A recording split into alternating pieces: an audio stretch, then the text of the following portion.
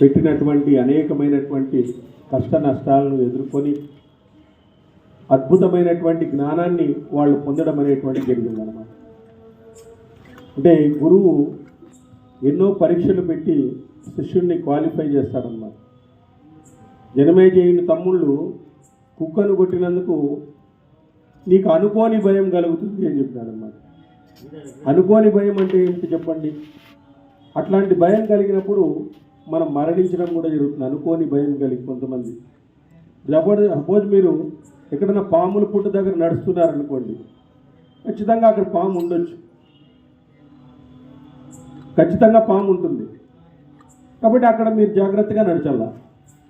అదే మీరు ఏదో అపార్ట్మెంట్లో ఉన్నారనుకోండి, మీరు రోజు ఎన్నో రకాలుగా పోతూ వస్తూనే ఉన్నారు అపార్ట్మెంట్లో, ఓ రోజు సడన్గా పాము కనబడింది అనుకో, అది అనుకోని భయం అనమాట. అక్కడ పాములు వచ్చే ఛాన్సే లేదు, కానీ పాము వచ్చేసింది. అప్పుడు అనుకోని భయం కలుగుతుంది అనమాట. అట్లా అనుకోని భయం మనిషిని వెంబడిస్తుంది.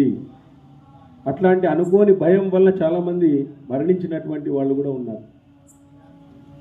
ఊహించుకొని, ఆ విధంగా అనుకోని భయాన్ని ఊహించుకొని, కాబట్టి అట్లాంటి భయం నుంచి బయటకు తీసేదే మనకు ఇట్లాంటి భారతం అన్నమాట. అదేవిధంగా జుట్టు ఇరబోసుకున్నటువంటి స్త్రీలు అన్నాన్ని చేస్తే అది దుష్టాన్నమైతుంది అని నేను మనం చెప్పుకున్నాం. జుట్టు ఇరబోసుకుని చేస్తే, ఎందుకంటే ఆహారం అనేటువంటిది మనసుగా మారుతుంది. ఆహారం కూడా ఒక కారణమే. మరి ఆ ఆహారాన్ని శుద్ధంగా చేసుకొని భగవంతునికి దాన్ని సమర్పించి ధర్మబద్ధమైనటువంటి ఆహారాన్ని దైవ ప్రీతితో మనం తీసుకుంటే ఆ ఆహారం శుద్ధమవుతుంది. ఆ విధంగా మనసు అనేటువంటిది మనకు భగవంతుని మీద, ఆధ్యాత్మికత మీద వెళ్ళడం అనేటువంటి జరుగుతుంది. ఈరోజు చాలామంది విద్యార్థులు ఏదేదో తినడం వల్ల ఈరోజు ఆహారాన్ని సరిగా తినకుండా సరిగా మంచి ఆహారాన్ని తినకుండా పోవడం వల్ల వాళ్ళలో ఏకాగ్రత లేదు, వాళ్ళలో సరైనటువంటి లక్ష్యం లేదు, వాళ్ళలో చదవాలని ఇంట్రెస్ట్ లేదు. ఈ విధంగా జరుగుతుంది ఈరోజు. ఎక్కడ చిక్తే అక్కడ తినేస్తున్నాం మనం. ఇప్పుడు కూడా ఒక హోటల్లో తిన్నామనుకోండి, అతను ఆహారాన్ని శుచిగా చేసిండడు, స్నానం కూడా చేసిండ్రు వాళ్ళు. ఒక్కోసారి వాడు లాభాపేక్షనే చూస్తాడు మనకి, అంతే తప్ప నీకు శుచి అనేటువంటిది వాడు చూడడు పెద్దగా. కాబట్టి ఆ విధంగా అన్నము తినేటప్పుడు, ఇక్కడ తినేటప్పుడు అందుకే ఒకసారి ఆలోచించమంటుంది అనమాట శాస్త్రం. ఎక్కడన్నా ఆహారాన్ని తినేటప్పుడు కొద్దిగా ఆలోచించి తినండి. ఎక్కడో చోట సందర్భం జరుగుతుంటే పరిగెత్తిపోయి తినేస్తాం మనం, ఫ్రీగా వచ్చిందని చెప్పేసి.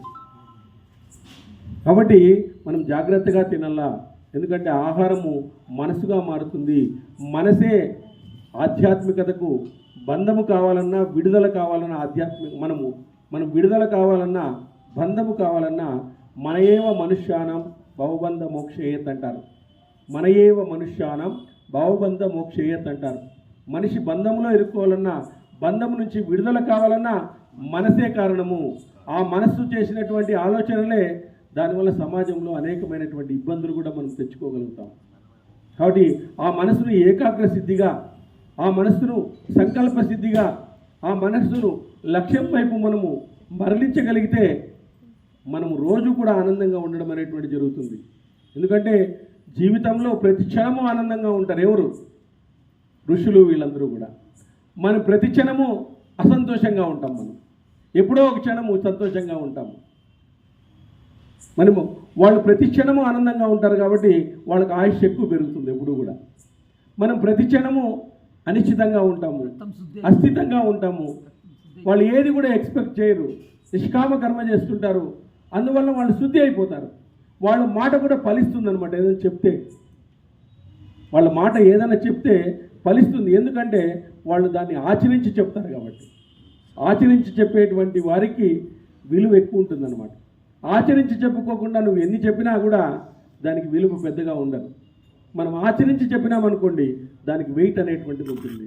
కాబట్టి ఆచరించి చెప్పేటువంటి వాళ్ళే గురువులు అవుతారు. వాడు గురువు ఆచరించి చెప్పుకోకుండా చెప్తే అది గురువు కాదు. సపోజ్ నేను కాలేజీలో ఉన్నాను, అందరూ 9 గంటలకు రాండి, నేను 9:30కి పోయినాను అనుకో, పిల్లలు ఏమనుకుంటారు? నీకే టైం సెన్స్ లేదు కదా సార్, నువ్వే 9:30కి వచ్చినావు, మమ్మల్ని 9కి రమ్మంటావు అంటారు. మనము 8:50 కాడుంటే ఒకసారి వచ్చినాడప్ప 8:50కి మనం పోల 9 గంటల కన్నా అని చెప్పేసి వాళ్ళకు ఒక అలవాటు కలుగుతుంది. మనం ఆదర్శంగా ఉండకపోతే మిగతా వాళ్ళు ఆదర్శంగా ఉండరు, మన మాటలకు విలువ కూడా ఉండదు. మనమన్నీ ఏదేదో పనులు చేసుకుంటా అవి చేసుకుంటా ఉండి ఏదేదో సొల్ల కబుర్లు బయట చెప్తే దానివల్ల యూజ్ అనేటువంటిది ఉండదన్నమాట. కాబట్టి మనం ఆచరించి వాటిని మనం పూర్తిగా ఆచరించి మనం చెప్పగలిగినట్లయితే దానికి అద్భుతమైనటువంటి ఫలితాలు ఉంటాయి. అందుకు రమణ మహర్షి, రాఘవేంద్ర స్వాముల వారు వీరంతా ఉదాహరణ మనకు. వాళ్ళు ఆచరించి చెప్పినారు. ఏది కానీ వాళ్ళు ఆచరించకుండా చెప్పేటువంటి వాళ్ళు కాదు. రామకృష్ణ పరమహంస దగ్గరికి ఒక ఆమె వెళ్ళిందంట. వెళితే, స్వామి మావాడు విపరీతమైన బెల్లం తింటున్నాడు, ఏదన్నా కూడా మీకు పరిష్కారం చూపించట. అప్పుడు ఆ పిల్లని పిలిచి రామకృష్ణ పరమహంస, బెల్లం తినొద్దురా, అది మంచిది కాదు అన్నాడు. ఆయన మా చాలా కోపగించు. ఆ మాట ఆ రోజు చెప్పొచ్చు కదా స్వామి, ఆ మాట ఆ రోజే చెప్పొచ్చు కదా మీరు, ఈరోజు చెప్తానారు వారమైనాక అంటే, నాకు కూడా బెల్లం తినే అలవాటు ఉందమ్మా, దాన్ని మానుకొని 1 వీక్ నీకు మళ్ళీ చెప్తాను. నేను తింటూ నీకు వాడిని బెల్లం తినొద్దు అంటే ప్రాబ్లం అవుతుంది. నేను 1 వీక్ తినకుండా ప్రాక్టీస్ చేసినాను, తర్వాత మీకు చెప్పే అధికారం నాకు వచ్చింది అన్నాడంట. అట్లా ఉంటారు మహానుభావులు, ఆ విధంగా ఉంటారు అన్నమాట. అంటే అట్లా మనం ప్రాక్టీస్ చేసి ఇతరులకు చెప్పగలిగితే వాళ్ళు కూడా ప్రాక్టీస్ చేస్తారు, మనల్ని ఆదర్శంగా తీసుకుంటారు.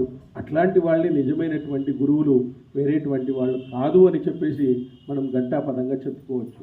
అదేవిధంగా ఇక్కడ మహాభారత పర్వంలో ఉతంకుడు తన అక్కడ రాణి దగ్గరికి వెళ్ళి 2 కుండలాలను తీసుకుని వస్తాడనమాట. కుండలాలను తీసుకుని వెనక్కి వస్తూ ఉన్నప్పుడు అక్కడ ఆయన కొంత దూరం వెళ్ళాక స్నాన సంధ్యా వందనాలు చేసుకోవాలని చెప్పేసి ఆ కుండలాలను నేలపై పెట్టి అక్కడ నదిలోకి పోతాడనమాట. మరి వచ్చి తీసుకుందామని చెప్పేసి ఎప్పుడైతే ఉత్తంకుడు నదిని సమీపించి అర్ఘ్యప్రదానం నిర్వహించి శుచి అయి నేతితో దేవతలకు గురువులకు నమస్కరించి అర్పించి మిక్కిలి వేగంగా అక్కడ వెళ్తే ఒకడు వచ్చేసి, ఒక సన్యాసి వచ్చేసి ఆ కుండలాలను తీసుకుని పరిగెత్తి వెళ్ళిపోతాడన్నమాట. ఉతంకుడు అక్కడ కుండలాలను తీసుకుంటాడు, రాణి దగ్గరకు తీసుకుని గురువు పత్ని అడుగుతుందన్నమాట. ఆ గురు పత్ని నుంచి తీసుకుంటాడు. అప్పుడు అతను మిక్కిలి వేగంతో వెళ్ళిపోతాడు. అతన్ని వెంబడిస్తాడు ఉతంకుడు. తీసుకొని పోతుంటే వెంబడించిన తచ్చకుడు అతి సమీపానికి వచ్చాడు. అతన్ని పట్టుకున్న వెంటనే ఆయన రూపాన్ని విడిచి తచ్చక రూపాన్ని ధరించి వెంటనే నేల మీద కనిపిస్తున్న ఒక పెద్ద పాము కన్ను సన్నులో దూరిపోయింది. అతను పట్టుకుంటూనే అతను పాము అయిపోయినాడు అన్నమాట. పాము అయిపోగా ఒక రంధ్రంలో దూరేస్తాడు. ఆ విధంగా తచ్చకుడు నాగలోకానికి చేరుకుని తన మందిరానికి వెళ్ళిపోయినాడు. అంతటి ఉతంకుడు రాణి మాటలను గుర్తు తెచ్చుకొని తచ్చకుడిని అనుసరించినాడు. రాణి మాటలు చెప్పింది కదా, నువ్వు అశుచి అయినటువంటి ఆహారాన్ని తిన్నావు కాబట్టి ప్రాబ్లమ్స్లో పడతావు అని చెప్పేసి ఇంతకుముందు చెప్పింది కదా, ఆ విధంగా చెప్పాడు. అప్పుడు ఆ బిలాన్ని ఒక కట్టెతో తవ్వుతున్నాడు. ఈయన లోపల పాముంది కదా అని చెప్పేసి కట్టెతో తవ్వుతున్నాడు. కానీ ఫలితం లేకుండా పోయింది. కష్టపడుతున్నటువంటి అతనికి ఇంద్రుడు చూశాడంట. ఇంద్రుడు చూసి తన వజ్రాయుధాన్ని పంపించినాడు. వజ్రాయుధం తీసుకోవయ్యా, దీంతో కొట్టు, నువ్వు లోపలికి పోయేదానికి అవకాశం ఉంటుంది అని వజ్రాయుధాన్ని పంపించినాడు. ఇంద్రుడు వజ్రాయుధంతో వెళ్ళు, ఆ బ్రాహ్మణునికి సహాయం చేయి. వజ్రం కట్టెలో ప్రవేశించి ఆ బిల్వాన్ని తవ్వేసినాడు. ఎవరితను? ఉతంకుడు. ఆ విధంగా తవ్విన తర్వాత ఆ బిలంలోకి ఉతంకుడు ప్రవేశించినాడు. ఆ బిలం ద్వారా లోనికి ప్రవేశించిన అతడు నాగలోకాన్ని చూసినాడు. పెద్ద నాగలోకము కనపడింది ఆయనకంతా కూడా. అది ఎల్లలు లేనిది, అనేక రకాలైన ప్రాసాదాలతో, భవనాలతో, మంజూరులు కలిగినటువంటి పెద్ద పెద్ద మంటపాలతో, 100ల కొద్ది ద్వారబంధాలతో సంకులమై ఉందంట. పెద్ద అక్కడ కన్స్ట్రక్షన్స్ అన్నీ కూడా ఉన్నాయంట. రాజప్రసాదాలు ఉన్నాయంట. ఆశ్చర్యకరమైన చిన్న పెద్ద క్రీడా స్థానాలు కూడా ఉన్నాయంట. అంటే ఒక క్రీడా మైదానాలు కూడా అందులో ఉన్నాయంట. భూలోకంలో చూడండి, లోపల ఎంత ఉంది ప్రపంచం మనం తెలుసుకోవాలంటే మనం ఏదో మన ఇంటి దగ్గరే మనం మత్స్యలోకమే మనం చూడలేదు. మనం ఉండేటువంటి లోకం అంతా కూడా మత్స్యలోకం. కానీ భూమండలంలో ఎన్నో భువన భాండాగారాలు ఉన్నాయన్నమాట. లోపల 7 లోకాలు ఉన్నాయి, పైన 7 లోకాలు ఉన్నాయి. ఇప్పుడు ఇదంతా ఓసారి మనం అనుకుంటే మనం ఎంత చెప్పండి, ఈ ప్రపంచంలో మనం ఎంత చూడండి. 915 కోట్ల జనాభాలో దేశమంతా కలిస్తే భారతదేశం జనాభా 145 కోట్లు. ఆ 145 కోట్లలో 5 కోట్ల జనాభాలో నువ్వు ఒక వ్యక్తి. ఆ 5 కోట్ల జనాభాలో మీ సందులో ఉండేటువంటి ఒక 5,000లో నువ్వు ఒక వ్యక్తి. మనం ఎంత మైక్రో చెప్పండి, ఎంత ఇది చెప్పండి. మనం అనుకుంటాం ఏదో మనం సాధించాలా, అది సాధించాలా, ఇది సాధించాలా అనుకుంటున్నాం. సాధించవలసిందంతా భగవంతుడు మనం కర్మఫలంతో ఇస్తాడు. ఎవరికి వదిలిపెట్టాడు ఆయన. ఏవి నీకు ఇవ్వాలనుకుంటే అది ఖచ్చితంగా ఇస్తాడు, ఏవి ఇవ్వకూడదు అనుకుంటే అది ఖచ్చితంగా ఇవ్వడు. దానికోసం మనం ప్రాకులాడాల్సిన పని లేదు, ఎప్పుడు కూడా ప్రాకులాడవలసిన పని లేదు. భగవద్భక్తి ఒక్కటే దానికి ముఖ్యం. ఆ భక్తితో నువ్వు ఉండు, నీకు అన్నీ కూడా నెరవేరుతాయి. భగవద్భక్తితో నువ్వు ఉంటే అన్నీ కూడా నెరవేరుతాయి. ఎవరికి సాధ్యం కానటువంటి దాన్ని భగవంతుడు ఇస్తాడు మనకు. ఎవరికి సాధ్యం కాదు అట్లాంటి వాడికి. పురంధరదాసుకి 9 కోట్లు ఉండేవంట, నవకోటి నారాయణుడు ఆయన. మరి అప్పుడు కాలంలోనే ఎప్పుడు 1324 సంవత్సరంలో 9 కోట్లు ఉండేవంట. ఈరోజు లెక్కకు అందదు అది. 9 కోట్ల విలువ ఈరోజు ఎంత అంటే లెక్కకు అందదంట. అట్లాంటి వాడు ఆ 9 కోట్లని కూడా పూచిక పుల్లలాగా ఇసిరేసి తంబూరా పట్టుకొని బయటకు వచ్చేసినాడు అనమాట. భగవంతుని యొక్క శక్తి అట్లుంటుంది. నీకు ఎటువంటి దాన్నన్నా కూడా విడిపించేస్తుంది నిన్ను. భగవంతుడు మెచ్చాలంతే. నీ యొక్క ఆలోచన, నీ యొక్క స్పష్టత, నీ యొక్క విశ్వాసము, నీ యొక్క శ్రద్ధ, నీ యొక్క నిష్కామ కర్మ భగవంతుడు మెచ్చినాడు అనుకోండి, అయిపోయా, ఆయన తీసుకుని పోతాడు నేను. నీ కుటుంబాన్ని ఆయనే చూసుకుంటాడు. మళ్ళీ అట్లేం లేదు, ఏం సార్ కుటుంబం ఏం చేయాలా, ఆయన తీసుకుపోతే నేనేం చేయాలా అంటే నీ కుటుంబాన్ని కూడా చూసుకుంటాడు ఆయన. నువ్వు ఒక అడుగు వేయి, నేను 10 అడుగులు వేస్తానంటాడు భగవంతుడు. నువ్వు గుడికి ఒక అడుగు వేయి కనీసము, నేను 10 అడుగులతో నేను నడిపిస్తాను అంటాడు. మనము బీడీ రోడ్డుకి అడుగేస్తాము, ఈ పక్క రాము. ఎందుకంటే ఈ పక్క వస్తే ప్రాబ్లం కదా. ఆ పక్క అయితే తినేసి వెళ్ళిపోవచ్చు హాయిగా. ఆహారం తినేసి ఆ దరిద్రమైన ఆహారం రోజు తిని దరిద్రమైన ఆలోచనలుండి మళ్ళీ ఇంట్లో అత్తతోనో వాళ్ళతోనో కొట్లాడి పొద్దున్నే ఎవరో ఊడేసుకునేది అట్లా అయిపోతుంది లాస్ట్. ఇదే మనకు వీడి రోడ్డుకి అడుగు వేస్తాము, ఈ పక్క దేవాలయాలకు అడుగే వేయం. ఎందుకంటే మంచి విషయాల ద్వారా మనం ఈ వయసులోనే సాధించవలసింది. 70-80 ఏళ్ళ వయసులో నువ్వు వింటే ఏమి, వినుకుంటే ఏమి. ఈ భాగవతాన్ని, భారతాన్ని నువ్వు వింటే ఏం ప్రయోజనము, వినుకుంటే ఏం ప్రయోజనము. చాలామంది అంటారు ఏదో 70 ఏళ్ళకి వినవలసినటువంటి భారతాన్ని ఇప్పుడే వింటారా? ఇప్పుడే వినాల్సింది. అవన్నీ కూడా చిన్న వయసులోనే వినాలా. చిన్న వయసులో వింటే పెద్ద భక్తులు అయిపోతారు, పెద్ద వ్యక్తులు అయిపోతారు, పెద్దగా వాళ్ళు ప్రాక్టీస్ అవుతాయి. వాళ్ళకి ఆ భావాలు పడితే ఒక సక్సెస్ఫుల్ పర్సనాలిటీ అయిపోతాడు. రమణ మహర్షి ఎప్పుడు 9వ క్లాస్లో వెళ్ళిపోయినాడు. ఆయన 9వ క్లాస్లో వెళ్ళిపోయినాడు. ఆయనకు ఒక కాల్ వచ్చింది. వాళ్ళ ఇంటికి ఎవరో ఒక ఆయన వచ్చినాడంట. వాళ్ళు ఇంట్లో అడిగాడంట, మీరు ఎక్కడి నుంచి వచ్చినారు? అరుణాచలం అంటూనే ఆయనకు ఒక రకమైన ఇది అయిపోయింది. అక్కడ పోవాలనుకున్నాడు. చూడండి, అట్లా వెళ్ళిపోయినాడు ఆయన. అంటే భగవంతుని యొక్క పిలుపు వచ్చేస్తుంది. అది వాళ్ళలో ఆ కర్మఫలము, ఆ కర్మఫలం అనేటువంటిది ఆ విధంగా వచ్చేస్తుంది అనమాట. కాబట్టి ఆయన ఏమి సాధన చేయలేదే, వచ్చేసింది ఆయనకి. పూర్వజన్మ సుకృతం, ఎన్నో జన్మల్లో ఆయన చేసిన పుణ్యము ఆ రోజు వాళ్ళతో నిన్ను అద్భుతమైనటువంటి వ్యక్తిగా తీసుకుని వెళ్తాడు భగవంతుడు. అంతేగాని ఒకేసారి వాళ్ళకి పూర్వజన్మ సుకృతం అనేటువంటిది ఎప్పుడూ లభించదు. కాబట్టి నువ్వు మనిషిగా పుట్టిన తర్వాత నిన్ను ఆధ్యాత్మికతకు పరిచయం చేస్తాడు. తర్వాత దీంట్లో ఎక్కువగా ఉండేటట్టుగా చేస్తాడు. తర్వాత ఇంకొక జన్మనిచ్చి ఇంకో జన్మలో పరీక్షిస్తాడు. ఇంకో జన్మనిచ్చి ఇంకో జన్మలో పరీక్షిస్తాడు. అట్లా అనేక జన్మల్లో పరీక్షించి నిన్ను గొప్ప వ్యక్తిగా మారుస్తాడు. నువ్వు ఒక దేవతా స్వరూపంగా మారిపోతావు అనమాట. ఆ విధమైనటువంటి స్వరూపంలోకి నువ్వు రావడానికి అవకాశం అనేటువంటిది ఉంది అని చెప్పేసి భగవంతుడు మనకు చెప్తున్నాడు. కాబట్టి మనము ఆ భగవద్గీత ఇవన్నీ కూడా వాటిలో ఉండేటువంటి భగవంతుడు చెప్పినటువంటివి అవన్నీ కూడా భయకృత్ భయనాశన అంటాడు. విష్ణు సహస్రనామంలో భయాన్ని కలిగించేవాడు ఆయనే, భయాన్ని తీసేసేటువంటి వాడు ఆయనే. కాబట్టి ఆ విధంగా అక్కడ క్రీడా మైదానాలు ఉన్నాయంట. అక్కడక్కడ నాగులందరినీ ఈ స్తోత్రాలతో అక్కడక్కడ ఆ నాగులందరినీ ఈ శ్లోకాలతో స్తోత్రం చేసినాడంట. ఐరావతము మొదలైన రాజులుగా ఉన్నవి, యుద్ధాల్లో రాణించేవి, మెరుపు చేత వాయువుల చేత ప్రేరేపించబడి వర్షించే నల్లని మేఘాల వలె సంచరించేటువంటి సర్పాలు అందులో ఉన్నాయంట. అందమైన ఆకృతులు కలిగినటువంటివి, అందమైన రూపాలు ధరించగలిగినటువంటివి, చిత్రవర్ణాల కుండలాలు కలిగినటువంటివి. ఐరావత వంశం నుంచి ఉద్భవించిన నాగులు ఆకాశంలో ఆదిత్యుల వలె ప్రకాశిస్తున్నారంట వాళ్ళందరూ కూడా. గంగా తీరానికి ఉత్తరాన అనేక నాగ విలాసాలు ఉన్నాయి. అక్కడ నివసించే గొప్ప గొప్ప నాగులను కూడా నేను స్తోత్రం చేశాను. నాగలోకానికి వెళ్ళి ఈ ఉతంకుడు స్తోత్రం చేస్తున్నాడు నాగలోకాలను. ఐరావతం తప్ప సూర్యకిరణ సైన్యంపై విహరించాలనుకునే వాళ్ళు వేరెవరు? ఐరావత నాగుని సోదరుడు ధృతరాష్ట్రుడు సూర్యునితో కలిసి వెళ్ళేటప్పుడు 28,008 సర్పాలు సూర్యుని గుర్రాలకు కళ్ళెములుగా అమరి ఉన్నాయంట. ధృతరాష్ట్రుడు ఆ విధంగా వెళ్ళేటప్పుడు అతని రథానికి ఈ విధంగా నాగులు ఉన్నాయంట. దూర మార్గములలో వెళ్ళేటువంటి ఐరావతం యొక్క సోదరులకు నేను నమస్కరిస్తున్నాను. పూర్వము కురుక్షేత్రంలో కాండవంలోను ఉండే నాగరాజు తక్షకుని కుండలాల కొరకు స్తుతిస్తున్నాడు. తక్షకుడు అశ్వసేనుడు నిత్య సహచరులు ఆ ఇద్దరు కురుక్షేత్రంలో ఇక్షుమతి నదీ తీరంలో నివసించి ఉండేవారు.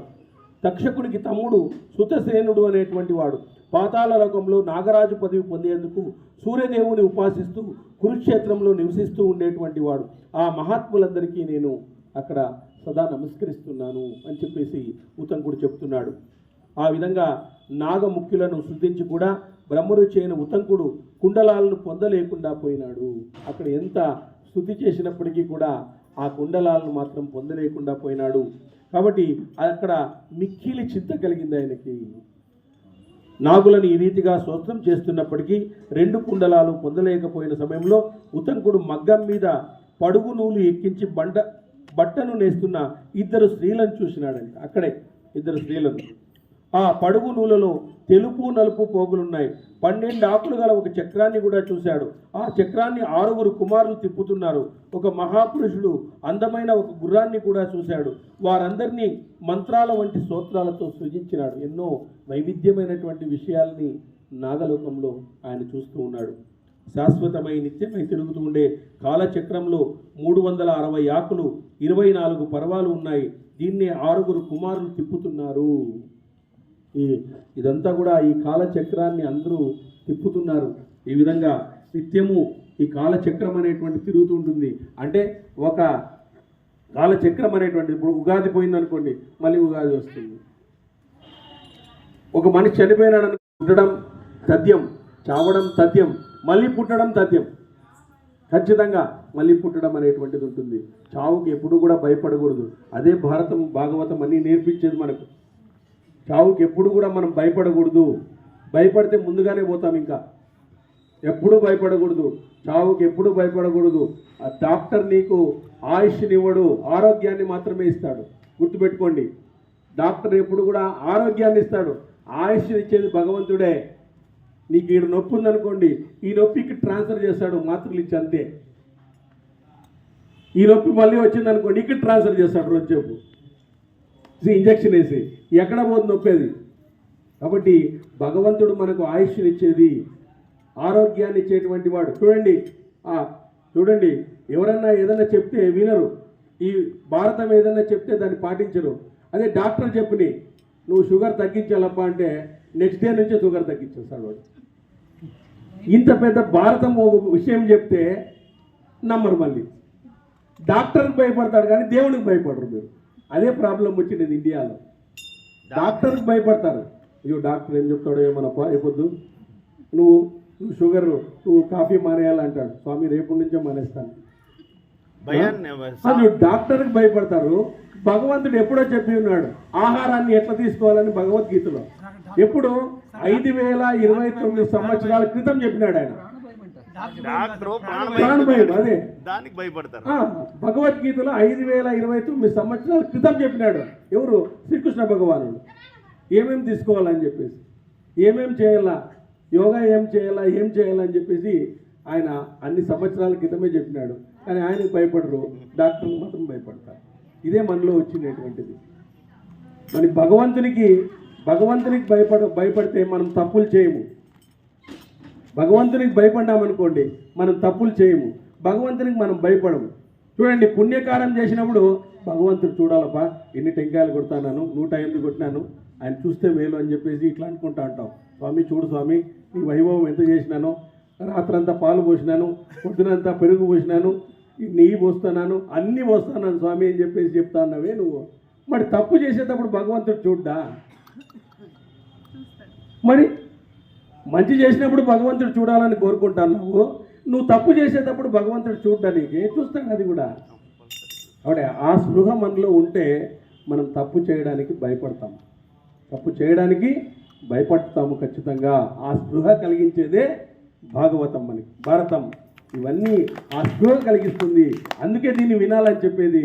ఆ ధైర్య వచనాలు ఇస్తుంది మనకు, ఎక్సలెంట్గా బ్రతకమని చెప్తుంది.